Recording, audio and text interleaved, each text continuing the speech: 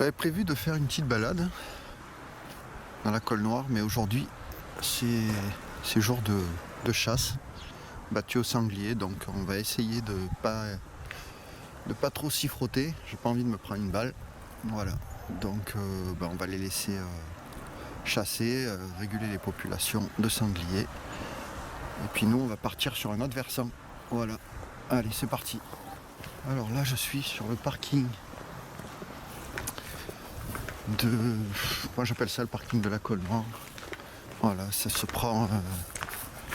Ce parking se prend sur le chemin entre Carqueiranne et le Pradet. C'est une petite route qui monte après le stade de Carqueiranne en venant de Carqueiranne. Voilà. Quand on arrive de Carqueiranne, on prend à gauche. Voilà. Et puis on monte. Au bout d'un moment, il y a un petit chemin de terre qui doit faire 100 mètres. Et on trouve le parking. C'est un endroit bien sympa pour pouvoir se mettre à l'abri un petit peu de la ville rapidement pour faire de belles balades. Je suis revenu un petit peu sur mes pas et je me mets un petit peu à l'abri du vent et de la chasse à courre. Pas de la chasse à courre, ils vont me tuer sinon. Non, de la chasse en cours. Voilà. Et je suis plutôt sur une partie à l'est qui me permet d'être un peu abrité du vent. Au niveau haut, je vois, alors, je sais pas si on va les voir, mais je vois certains chasseurs, on les reconnaît parce qu'ils ont une veste orange. Par moment ils apparaissent. Bon, un petit tour d'horizon. Au fond, on voit le Coudon, donc plein nord. Je monte un peu la caméra et là on voit au fond les barres de Cuers.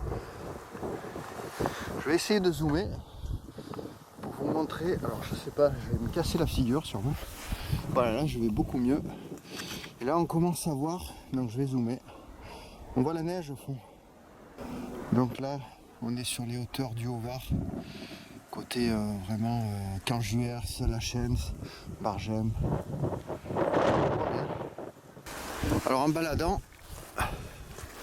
on voit plein de plantes. Bon, c'est l'hiver, on va pas trouver pas beaucoup de fleurs. On peut en trouver, mais bon, c'est pas la saison. Donc qu'est-ce qu'on voit essentiellement? Là par exemple, on voit de la bruyère arborescente. Donc on commence à voir des petites fleurs qui émergent. Et juste à côté de la bruyère arborescente, je vais finir vraiment par me casser la figure. Voilà, cette plante c'est du myrte. On en parlera un petit peu plus en détail après. Voilà. Je continue à faire un petit tour d'horizon. Il y a un cyste et ici il y a une lavande stecca. Cet arbuste, c'est un arbousier. Les dernières arbouzes ont été mangées il y a une quinzaine de jours. Voilà, on en trouvait encore un petit peu. Et maintenant, c'est plus la saison. On reparle un petit peu du myrte. Voilà, donc on le voit. Bon, celui-là, il est pas top. Voilà, en même temps, bon, vu la saison. Donc le myrte, il y en a d'autres ou pas? Non, j'en vois pas là. Le myrte a des propriétés adoucissantes, voilà. Donc adoucissantes, et on va parler aussi de plantes balsamiques, voilà, avec un effet vraiment désinfectant, adoucissant pour les voies respiratoires. C'est aussi un très très bon désinfectant urinaire. Cette plante aussi présente des propriétés astringentes. Alors astringent, il y en a qui savent ce que c'est. L'astringence sur une plante, c'est la propriété de permettre de resserrer en général les tissus. Donc sur un effet externe, ça peut permettre par exemple lors d'une petite coupure de resserrer un peu les tissus, les capillaires et de permettre d'arrêter un saignement. Le myrte a aussi des propriétés intéressantes sur les bactéries. Voilà, c'est un très bon antibactérien. Alors dans les livres, on trouve cette propriété surtout sur les types de bactéries qui réagissent Gram plus et Gram moins. Alors je suis pas très fort là-dedans, mais par exemple ça peut agir sur certains staphylocoques. Voilà. À prendre bien sûr, c'est des propriétés. On n'est pas doc, on n'est pas infectiologue, mais c'est juste bon à savoir. Voilà, c'est un des meilleurs antibactériens qui soit dans notre nature méditerranéenne.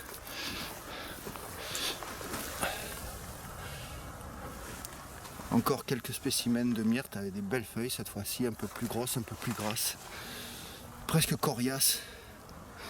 Alors coriace, peut-être que j'en ai déjà parlé dans mes fiches vidéo, mais quand on parle d'une plante coriace, ça veut dire qu'elle a un aspect de cuir tanné. Voilà. Et le cuir tanné, ça rappelle un petit peu un revêtement, une surface un peu rigide, un peu dure. Et c'est vrai que quand on prend une feuille, voilà, on voit vraiment que elle se tient, elle occupe une certaine densité au niveau du toucher, très lisse. Et surtout très odorante. Le myrte sent très bon. C'est un point de vue peut-être personnel. Il y a des plantes que j'aime, d'autres que j'aime pas, mais en général, quand je fais sentir du myrte, l'odeur plaît à tout le monde. J'avais essayé une fois de faire de l'alcool de myrte. J'avais pris des fruits, un peu de feuilles, je l'avais fait macérer dans de l'alcool. Voilà, et au bout d'un certain temps, j'avais ajouté un sirop de sucre. C'était pas mauvais. Il faudra peut-être qu'un jour j'en refasse. Il m'en reste un tout petit peu, un fond de fiole. Donc on progresse toujours dans le sentier. Côté est, flanc est de la Colle Noire. C'est un endroit que j'aime beaucoup. Abrité du vent. Aujourd'hui, il y a énormément de vent d'ouest. Et c'est vrai que là, on le sent pas trop. Le soleil commence à monter un petit peu dans le ciel, c'est pas désagréable. Ça permet aussi... Alors je sens pas trop la chaleur, mais c'est surtout que la lumière devient intéressante pour filmer. J'arrive devant un fragon, le faux hou. On le reconnaît parce que justement ces feuilles qui n'en sont pas, en vérité c'est des aiguilles je crois. En certaines saisons on voit des fruits rouges apparaître qui sont toxiques. Faiblement toxiques mais toxiques quand même. Mais ce qui est intéressant dans cette plante, c'est que c'est alors la feuille un petit peu, mais surtout la racine, que je ne déterrerai pas là. C'est un très bon vénotonique. Voilà, pour tout ce qui est par exemple jambes lourdes, problème de circulation du sang dans les jambes. J'essaie de regarder, il y a une boule rouge là-bas, mais voilà, ça pique un petit peu. Je sais pas si on va la voir. Et c'est vrai que ce vénotonique est lié à des propriétés de la plante vasoconstrictrice. J'ai du mal à le dire. Voilà. C'est aussi un très bon anti-inflammatoire. Donc toujours, essentiellement les propriétés se concentrent dans la racine. Donc un très bon anti-œdémeux. Voilà. C'est vrai qu'elle a la faculté d'accélérer un petit peu, de tonifier la circulation du sang, surtout au niveau de certaines petites veines et artères, voilà. Et ce qui va permettre justement de soulager, d'alléger, de drainer, voilà, et d'évacuer justement d'éventuels petites micro-caillots qui pourraient se produire à certaines surfaces de la peau ou du corps, voilà. D'où l'effet anti-œdémeux. J'espère avoir été un peu clair. Je ne sais pas si on en rencontrera sur... oui, je pense qu'on doit pouvoir en voir. C'est dommage en cette saison. Voilà, il n'y a pas de fleurs, il n'y a pas de fruits. Mais bon, ça permet quand même de voir certaines choses. Pour continuer un petit peu sur le fragon, là il y a... On le voit pas bien, mais j'ai une jeune pousse. Enfin bon, elle est plus jeune, hein. Mais on le voit par rapport à sa couleur, elle n'est pas bien vieille. Et il faut savoir que les jeunes pousses, cuites bien sûr, alors peut-être une ou deux eaux de cuisson, voilà, peut se manger un petit peu. Ça ressemble un petit peu à l'asperge sauvage. J'avoue que j'en ai jamais goûté, il faudra un jour que je fasse l'expérience. Voilà, et je voulais m'arrêter sur ce petit arbrisseau. Voilà, parce que là on voit le fruit. Et on voit que le fruit, alors je sais pas si vous voyez bien, mais on voit que le fruit, alors j'essaie de tourner la caméra, il pousse sur le plat de l'aiguille. C'est rigolo. Voilà, on voit vraiment que, et forcément c'est un fruit, donc ça veut dire que la fleur, on la voit, elle se développe sur le plat de l'aiguille. Alors c'est une aiguille plate qui ressemble à une feuille, voilà. Mais ça reste voilà, une aiguille qui porte la fleur et ensuite qui porte le fruit. À savoir aussi, il y en a certains qui utilisent aussi les propriétés de cette plante contre les varices. Voilà. Alors en usage, on va souvent faire des décoctions de la racine et ensuite on va l'utiliser comme lotion de massage sur les parties justement à soulager, à décongestionner. On reprend notre balade. L'avantage du vent, il fait un peu froid. Enfin, en ce qui me concerne, je sens pas trop le froid, mais je pense que certaines personnes se pèleraient un petit peu là. L'avantage, c'est que par contre, ça nous dégage bien le ciel par rapport à la journée de merde qu'on a eu hier. C'est bien agréable, on a une bonne lumière. Je suis plus très loin de la fin du sentier. Ce sentier aboutit sur la piste entre les deux forts qui part entre les deux forts de la Colnan et la Gavaresse et qui aboutit au fort de la Baillarde. Le fort de la Baillarde étant maintenant un lieu de spectacle à ciel ouvert qui sert l'été au village pour organiser le festival In Situ, un festival de théâtre. Je me retourne un petit peu. On voit toujours le Coudon au fond. Et cette fois-ci avec le soleil, ça me donne de belles couleurs et de belles images. Je vais essayer de voir si je peux avoir un point de vue. Je veux quand même pas trop aller sur le côté ouest, même sud du massif, de peur de déranger les chasseurs. C'est pas bon ni pour eux ni pour moi. Voilà, parfait. Je vais essayer de zoomer. On voit les structures. Donc, voilà. Alors ce qu'on aperçoit là, c'est les structures de la scène et des portants pour éclairage de la salle de spectacle du fort. Donc en dessous et autour, il y a le fort. Je vais essayer de zoomer, on voit des structures du fort sur le côté. Voilà, on les voit mieux. Petit panorama, donc la colline du Paradis, dans le creux le col de Serre, et là on remonte sur les crêtes qui mènent vers le massif de la Californie, et en dessous du massif de la Californie, dans le vallon qui est un peu noir, qui s'éclaire, donc le vallon, et à droite le versant qui est bien éclairé et sans maison, le massif de la Sabatière, pour aller ensuite finir dans la mer. Au fond on voit le Levant et Port-Cros le cordon devant moi. Alors c'est difficile de voir, voilà. C'est beaucoup mieux comme ça.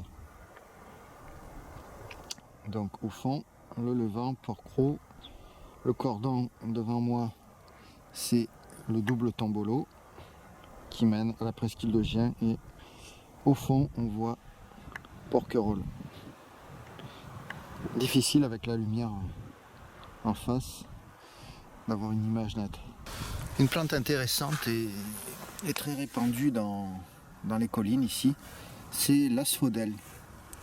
On voit des jeunes pousses, voilà, elles sont très tendres, les feuilles sont très tendres. Alors on pourrait les confondre avec des pousses de poireaux, mais bon, on ne peut pas les confondre. Pourquoi? Parce que le poireau, lui, il va avoir justement ses feuilles qui vont pousser de manière alterne. Voilà. Un coup je pousse, en face j'ai rien sur ma tige ici, et ainsi de suite. Et surtout, le poireau va commencer à s'élever. Alors que là, bon, l'asphodèle ne s'élève pas. Il reste vraiment au niveau, alors c'est pas une rosette, hein, mais au niveau du sol, voilà. Il y a, bien sûr, après cette poussée de feuilles, il y aura une tige centrale. Alors on voit encore une tige de la saison dernière, voilà, qui est sèche. Voilà, donc une tige qui pousse au niveau central. Donc on voit que l'asphodèle repousse au même endroit, hein. C'est une plante vivace. Et surtout, ça fait une grande hampe, voilà. Donc, hop, voilà, un reste de tiges d'asphodèle, voilà, où on voit que il y a eu fruits, enfin fleurs, floraison, fruits, graines, et ensuite les graines ont été éparpillées, voilà, les capsules se sont ouvertes. Donc je reviens sur la pousse et surtout sur les asphodèles. Donc on en voit quelques spécimens là. Il faut savoir que l'asphodèle, le sanglier en raffole, surtout au niveau de ces petits tubercules. Voilà, on dirait des petites noix, des petites pommes de terre. Et justement, ça peut se consommer comme des pommes de terre.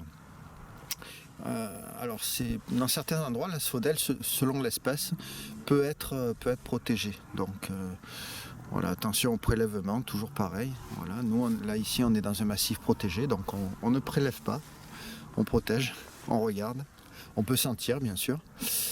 Voilà, l'asphodèle permet ça, et puis a priori voilà, même au niveau des jeunes pousses, alors là on aurait une jeune pousse. Enfin, elle est déjà quand même bien montée, mais pareil, on pourrait la faire cuire. En tout cas, c'est pas forcément une plante toxique. Voilà, attention aux espèces. Il y a beaucoup d'espèces dans notre région. Il y en a pas beaucoup, mais il y a quelques espèces quand même d'asphodèles. Voilà, donc à savoir peut-être que toutes les asphodèles ne sont pas comestibles. Voilà, on fait un petit tour d'horizon. Donc on voit vraiment que la plante aime les sites bien exposés. Voilà, elle est plutôt bien adaptée aux endroits un petit peu dégarnis, arides. On ne la trouvera pas en sous-bois. Voilà, vu de loin, on dirait vraiment un champ de poireaux, mais bon, ça va, ne me tapez pas dessus, je sais très bien. Voilà, ça n'a aucun rapport. Bon, juste pour votre culture, pour la mienne aussi, je crois que là c'est un filaire à feuilles étroites. Voilà, c'est, je crois, de la même famille que les oliviers. Et là on retrouve un beau massif de... Tout ça là, c'est un beau massif de myrte, si je dis pas de bêtises. Ouais, c'est du myrte. Ouais, très très bon, il sent très très bon. Et derrière, on en reparlera. Voilà, j'ai pas fait de fiche sur toutes ces plantes. C'est un genévrier cade. Voilà, Juniperus oxycèdre. Je suis pas très très fort en latin. Et c'est cette plante qui servait justement à travers des fours à cade à extraire une huile, une huile très très pâteuse, très, je crois, noir marron, voilà, qui servait dans la fabrication de certains cosmétiques. Pareil, on voit qu'il n'y a pas vraiment de fruits. Des fois on en trouve d'une année sur l'autre. Voilà. Et je crois que les fruits c'est des cônes de mémoire. Voilà, et pareil, cette plante a des propriétés médicinales. Sur le chemin qui me ramène à mon point, Voilà, toujours dans une zone bien exposée, pas de sous-bois. On voit vraiment les fruits. Donc on voit les fruits marrons d'une saison dernière, voire de 2 saisons des fois en arrière. Et là on voit des fruits qui sont jeunes, verts. Voilà, la première année je crois qu'ils sont verts et c'est que la deuxième année qui change de couleur. Voilà. Pour les propriétés de l'oxycèdre, de notre genévrier CAD, ça va être essentiellement des propriétés à usage externe. Voilà. Alors avec le vent, je ne sais pas si on m'entend encore, il y a beaucoup de vent. Donc je m'éloigne un petit peu pour avoir une vue d'ensemble à travers, comme je disais tout à l'heure, les fours à CAD. On en tirait une huile, et pas une huile essentielle. Une huile, vraiment quelque chose de gras, de pâteux, qui permettait, ajouter à certaines solutions, décoctions, voilà, d'obtenir essentiellement des produits qui agissaient sur tout ce qui était parasites de peau. Voilà, ça pouvait être la teigne, la gale, voilà, ça pouvait être même un répulsif pour les poux, pour les tiques. Voilà, ça sert. Alors de nos jours, ça sert moins pour les êtres humains. Je sais que ça sert encore pour les animaux. Voilà, ça permet aussi de guérir certaines affections de la peau. Pour les animaux, on l'utilise encore, peut-être dans le milieu équestre. Voilà, c'est une plante qui est très intéressante. Voilà, sa cousine très proche qui est le genévrier commun, qu'on connaît à travers les boules qu'on trouve dans la choucroute qui sont très parfumées. Voilà, là on aura déjà plus un usage externe, mais surtout interne, voilà, avec des propriétés digestives et autres. Voilà. Faut savoir malgré tout que on peut croquer une ou deux baies, ça donne bonne haleine, voilà, lors d'une rando. Et ça a un bon petit goût. Voilà, moi j'en ai déjà mangé. Voilà, il ne faut pas en abuser, mais c'est agréable. Voilà, ça permet d'avoir encore quelque chose de parfumé, et puis des goûts qu'on n'a pas l'habitude de consommer. Allez, je continue. Je suis sur le sentier du retour. C'était une balade flash, bien sympa. Pendant le retour, peut-être qu'on verra d'autres plantes intéressantes. Ah ben voilà une plante intéressante. Tout à l'heure j'en ai un petit peu parlé. C'est la lavande stecca. Et j'ai un début de pousse au niveau de la fleur. Donc on va regarder ça ensemble. Donc on voit cette lavande. On est quand même en janvier, mi-janvier, et on voit déjà que la plante commence à faire des poussées florales. Alors j'avoue que d'habitude je les vois complètement en fleurs. Mais là c'est vrai que les petits boutons floraux, j'en vois pas souvent parce que je suis pas forcément souvent dans la colline l'hiver, je suis plutôt avec mes potes qui sont en train de randonner, faire de la rando à ski dans les Alpes. Voilà, mais je n'ai pas pu monter à cause du couvre-feu qui me limite grandement mon champ d'action. Alors au niveau de ces usages, il y a plusieurs lavandes, voilà, plusieurs espèces de lavande. Donc cette lavande qu'on trouve assez facilement dans les collines de bord de mer. Avant tout, il faut savoir que l'huile essentielle de cette lavande, voilà, elle peut être neurotoxique. Ça veut dire qu'elle n'est pas bonne pour le système nerveux central. Voilà, c'est pas très bon, et en plus elle peut avoir des effets abortifs. Abortif, ça veut dire qu'elle peut faire avorter une personne, une femme qui est enceinte. Passé ça, malgré tout, elle a des propriétés médicinales, à bien doser bien sûr. On lui prête des propriétés qui sont un peu comme le romarin. Voilà, elle va agir sur la sécrétion biliaire. Donc la sécrétion biliaire, c'est le fait. Alors la bile sert justement à permettre aux aliments, et surtout aux aliments un peu riches, un peu gras, d'être mieux digérés. Voilà, c'est pour ça que souvent En Provence, on prenait des tisanes de romarin. Alors à doser, pareil, le romarin est rapidement toxique, contrairement à ce qu'on croit. Donc avec du thym et autres, essentiellement pour mieux digérer, et surtout mieux digérer des repas riches en graisse. Elle a des propriétés en usage externe, pareil, un petit peu pas anti-inflammatoire, mais décongestionnante, et elle agit un petit peu elle soulage les rhumatismes. Les rhumatismes, voilà. Avec le froid, j'ai du mal à articuler. De toute façon, j'ai toujours du mal à articuler. Toujours à bien doser. Et c'est vrai que dans une petite tisane, quand on est en colline, qu'on a le petit réchaud, là, ça donne bon goût à une tisane. Pour le plaisir aussi du goût, des arômes, des saveurs, comme de la myrte ou une petite branche de romarin. Alors juste pour la culture, si on peut appeler ça de la culture, voilà, ça c'est un laurier thym, une viorne. On le reconnaît parce qu'il fait des petits fruits avec une couleur métallique, une couleur, on peut dire ça, une sorte de bleu foncé métallique. Voilà, il n'y avait qu'un fruit, bon, cette saison, toujours pareil. Là c'est l'argelasse, voilà. C'est un vrai régal quand on est dans un sentier où on est entouré de cette plante.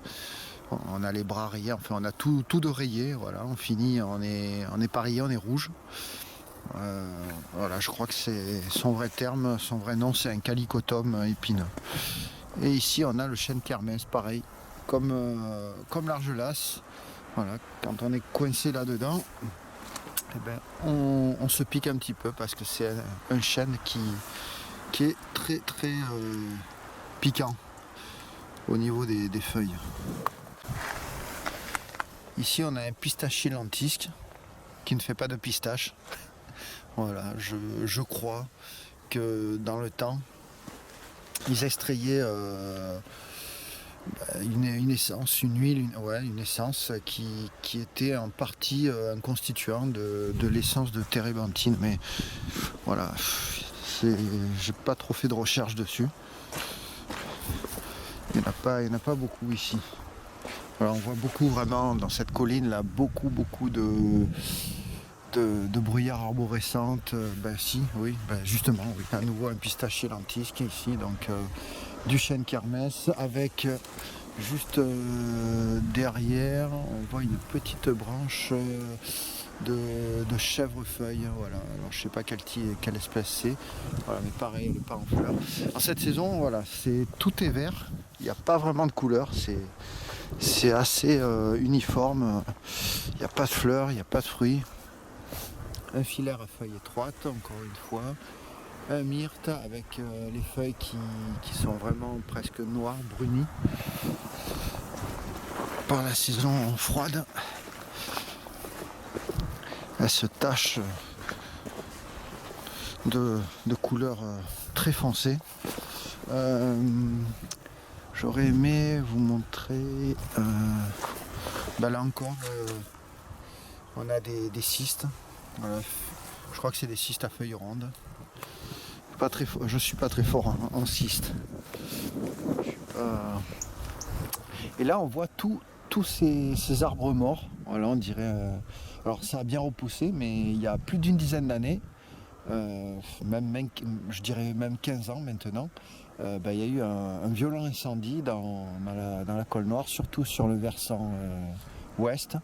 Et on voit vraiment que 15 ans après, on a encore des restes d'arbustes, de plantes qui sont dressés comme des squelettes, des vestiges qui nous rappellent qu'il y a eu un gros incendie ici. Notre balade se termine, donc voilà, je regarde quand même où je mets les pieds, parce que sinon je sens que je vais m'en prendre une sévère. À vous maintenant d'aller un petit peu balader et d'essayer de reconnaître les plantes qu'on a vues ensemble. Toujours intéressant. Je vais essayer de ne pas me prendre un vélo, je viens de voir des vélos passer. Si vous avez apprécié cette vidéo, j'essaierai d'en remettre une bientôt. Sachant qu'en ce moment, j'ai mon PC qui déconne un petit peu, donc un petit peu compliqué pour faire les montages vidéo et tout ce qui s'ensuit. Bonne balade à tous. Et à bientôt, soit peut-être dans le blanc, dans la neige, soit à nouveau dans la colline. Bye bye.